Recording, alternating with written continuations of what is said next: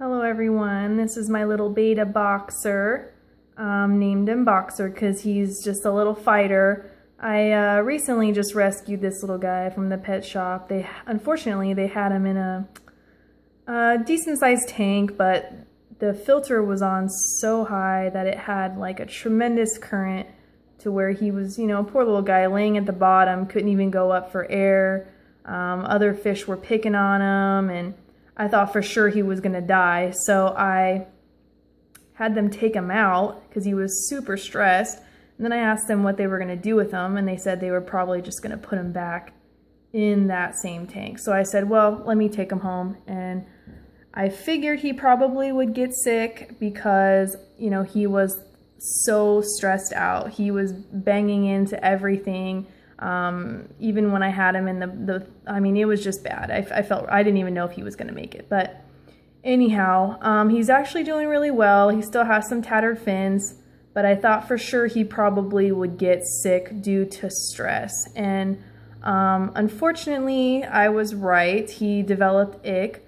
I have been treating it, and it has gotten a lot better. So I'm going to tell you guys what I did. I personally, there's a lot of different information out there on the internet. Personally, I would not run out and grab medication and start treating him with a bunch of different medications, even just one medication. I would wait. If you're catching it early, I would definitely try to hold off on the medication. Sometimes it doesn't even work, and almost every time, almost all medications stress them out. So what I've been doing is I raise the temperature. I normally keep the tank about 79. I raise the temperature to about 82. And I keep the filter on. As you can see, it's a low current. He's swimming under it. It's not gonna, get him tangled and all disoriented and stressed, but I do have it on. I killed the aquarium light. The parasite actually multiplies faster with the light on from the research that I've done. You want to keep the aquarium light off.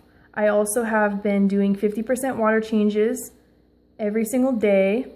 I'm probably going to do that for about a week while I'm treating with the aquarium salt. It's already gotten significantly better, but what happens is just because you don't see the salt-like looking parasite, it looks kind of salt-like on their gills, it doesn't mean it's not present. It will fall off, they'll multiply, and then they'll try to reattach. They'll try to look for a host and reattach. So just because you don't see it doesn't mean it's not there. Usually that process, if you have a higher temperature, can take about 4 days. It can be a 4-day process. I've read a bunch of different things online. The main thing is just to keep the treatments going until you don't see any come back. I'm going to give them a rest in about a week though. You don't want to always keep aquarium salt in there.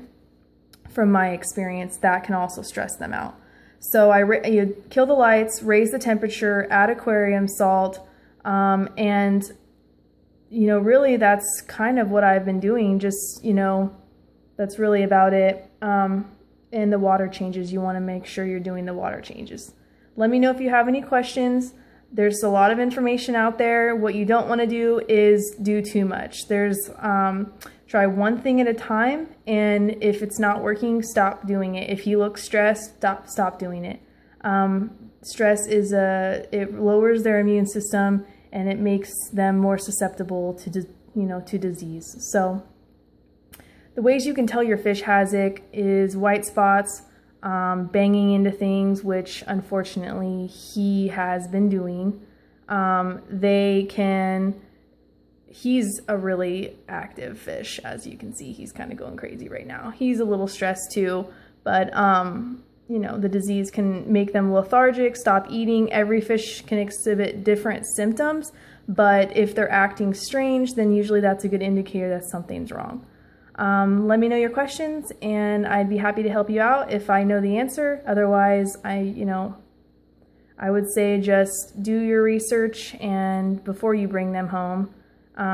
But anyhow, thanks. That's all for today. Cross your fingers for the little guy Boxer, hoping he makes a full recovery. I think he's gonna be just fine. Have a good one, guys.